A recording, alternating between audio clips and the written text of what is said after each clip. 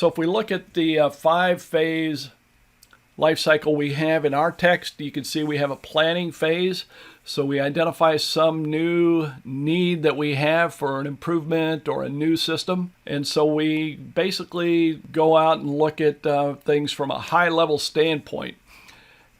And each of these phases has a capstone deliverable. And you'll recall from previous conversations that the deliverable is basically just the output of that work phase. So the end product, the end result. In the planning phase, generally we have a feasibility study coming out of the planning phase that then, and this is an important part of the life cycle, each phase should have the end result in a decision whether or not to go forward with the initiative. And no should always be a viable option. You may do the planning phase, look and see what your needs are, come to the realization that your organization just is not ready for this. So you say, no, this is something that's not feasible for us right now. But oftentimes you'll see the feasibility study.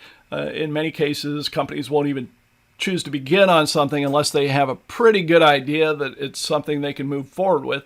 So the feasibility study may often say, yes, this is something good, we should pursue it to the next level, which is the analysis phase. So the analysis phase is where you take a look at things from a more detailed standpoint. What do we need in detail? What would we like to see? What decisions need to be supported by the new system that maybe were not supported previously? So here we're breaking things down into more and more detail. You're putting more people into the project to do the more detailed analysis.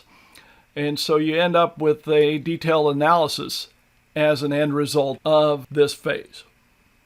So then we move to the design phase. And the design phase is, as you might imagine, breaking things down into even more detail. We're getting into the detailed design, and all of you have had a chance to work your way through access exercises and design queries, design tables, design reports. And you can think of some of the things you had to look at there, and that's design relationships.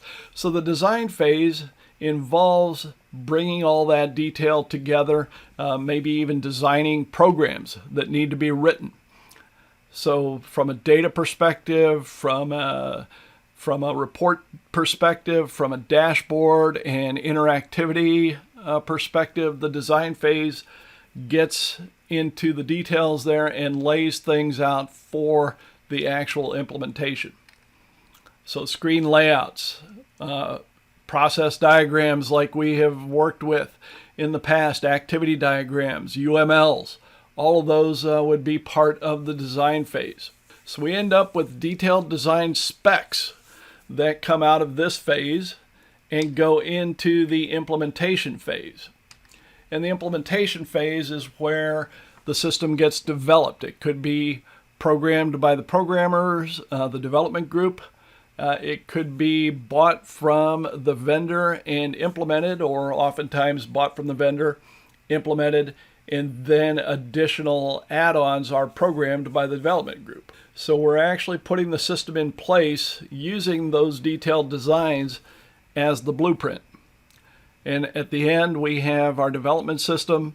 We will have a test system that the system is tested on as it gets ready for production, and then a production system.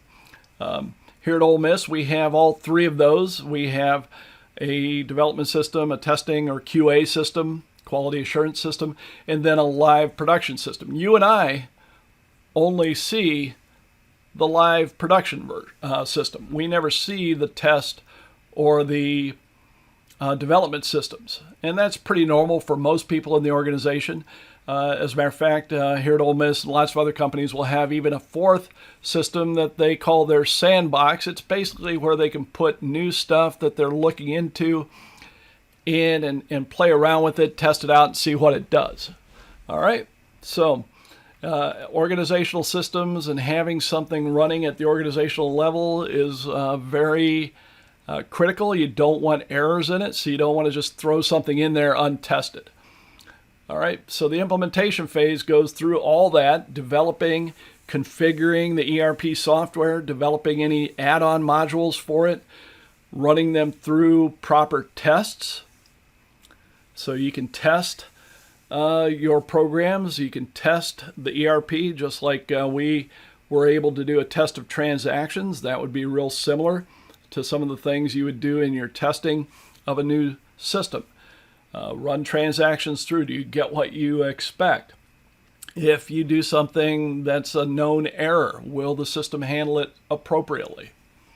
And so on and so forth.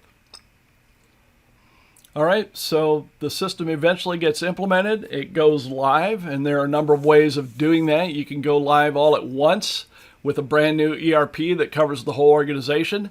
That can be dicey. Most companies, it's the cheapest way to do it, full cutover, but it's also the most dangerous and risky way to do it. So most companies opt to implement new systems in stages. They may pilot it in one area of the company. They may pilot it by module. So instead of putting in the full-blown ERP, we may start with, let's just put in the manufacturing module, and then we'll add on the materials management module, and then we'll add on the GL module, and so on and so forth. Okay? So implementation, there are a number of ways of doing that: a phased implementation, a full-blown cutover, a parallel implementation where you have the new and the old system running simultaneously for some time before you are fully comfortable that the new system is working well. And that seems like a good safe option, but it's also expensive in that you have to either have your people working extra time and paying them overtime to run both systems, or possibly hire in temps to run one system or the other as you transition. So that can be a costly approach. And then once the system's up and running, you move into maintenance, where you go ahead and analyze the system, make sure it's running smoothly, fix any mistakes or bugs that may come up with patches. You'll get updates from your ERP vendor that are implemented periodically. You'll identify new reports, maybe retire some reports that aren't being used, and so on and so forth.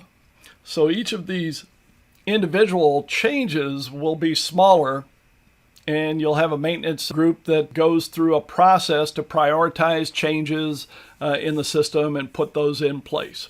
All right? And then eventually the system will get retired.